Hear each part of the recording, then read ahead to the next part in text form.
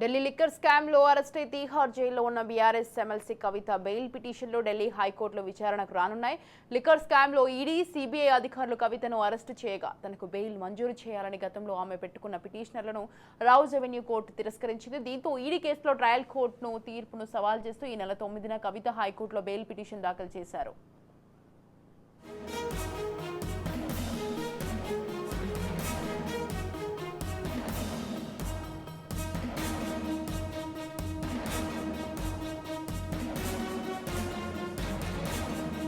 మరోవైపు సిబిఐ కేసులోనూ CBI arrest, రిమాండ్ను ట్రయల్ కోర్టు బెయిల్ నిరాకరించడాన్ని సవాల్ చేస్తూ మరో 2 పిటిషన్లు దాఖలు చేశారు. అయితే ఈ నెల 10న ఈడీ కేసులో, 16న సిబిఐ కేసుల్లో కవిత పిటిషన్లపై జస్టిస్ స్వర్ణకాంత శర్మతో కూడిన ఏకసభ్య ధర్మాసనం వేర్వేరుగా విచారణ జరిపింది. కవిత దాఖలు చేసిన పిటిషన్లపై తమ స్పందన తెలపాలని దర్యాప్తు సంస్థలు ఈడీ, సిబిఐకి నోటీసులు జారీ చేసింది. తదుపరి విచారణను ఇవాళ్టికి వాయిదా వేయడంతో విచారణ జరిగింది.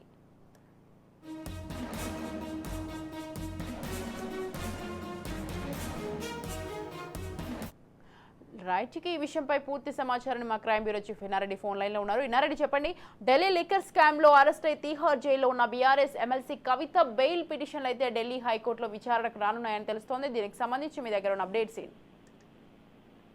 స్వాతి, మనం గమనించవచ్చు, ఢిల్లీ లిక్కర్ స్కామ్ లో ట్రయల్ కోర్టులో ఒకవైపున సిబిఐ కావచ్చు, మరోవైపున ఎన్ఫోర్స్మెంట్ డైరెక్టరేట్ కావచ్చు, ఇద్దరు కూడా అబ్జెక్షన్ వ్యక్తం చేయడం తోటి ట్రయల్ కోర్టులో ఆమె బెయిల్ తిరస్కరించిన తర్వాత కవిత ఢిల్లీ హైకోర్టులో ఆమె పిటిషన్ దాఖలు చేసింది. ప్రస్తుతం అయితే మాత్రం జస్టిస్ స్వర్ణకాంత శర్మ ధర్మాసనం విచారణ జరపనుంది. మరి ఈ రోజు 2 కేసుల్లో, ఈడీ కావచ్చు, సిబిఐ కేసుల్లో తమ బెయిల్ తిరస్కరించారు కాబట్టి ఖచ్చితంగా ఒకసారి పర్సూ చేసి దాని మీద బెయిల్ ఇవ్వాలి అని చెప్పేసి కూడా ఆమె ట్రయల్ కోర్టు ఇచ్చిన తీర్పును సవాల్ చేస్తూ ప్రస్తుతం హైకోర్టులో ఆమె పిటిషన్ దాఖలు చేసింది. ఈ రోజు ఢిల్లీ హైకోర్టులో ఆ విచారణ వచ్చే అవకాశం కనిపిస్తా ఉంది. మరి ఈ విచారణలో మరి సిబిఐ కావచ్చు, ఎన్ఫోర్స్మెంట్ డైరెక్టరేట్ కావచ్చు, గతంలో లాగే ఖచ్చితంగా అబ్జెక్షన్ వ్యక్తం చేసే అవకాశం కనిపిస్తా ఉంది. ప్రధానంగా గమనిస్తే ఈమె ఈ కేసు కీలకంగా ఉంది కాబట్టి ఎట్టి పరిస్థితుల్లో బెయిల్ ఇస్తే కనుక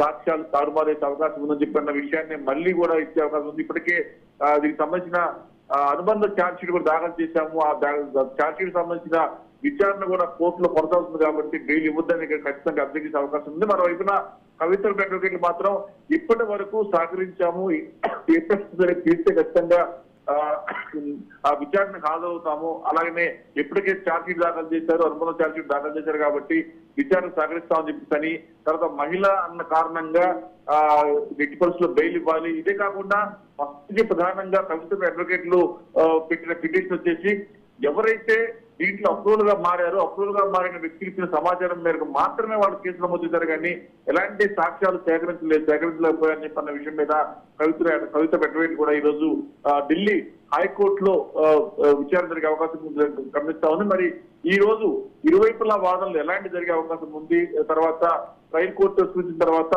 దాన్ని ఛాలెంజ్ చేస్తూ ఈ రోజు హైకోర్టులో వచ్చిన పిటిషన్ మీద జరిగే విచారణ, అంటే ఇరువైపుల వాదన తర్వాత కోర్టు ఎలాంటి నిర్ణయం తీసుకుందాం దాని మీద ఈ రోజు విచారణ జరిగే అవకాశం కనిపిస్తా ఉంది. Swathi, right, thank you Inna Reddy, thanks for the details.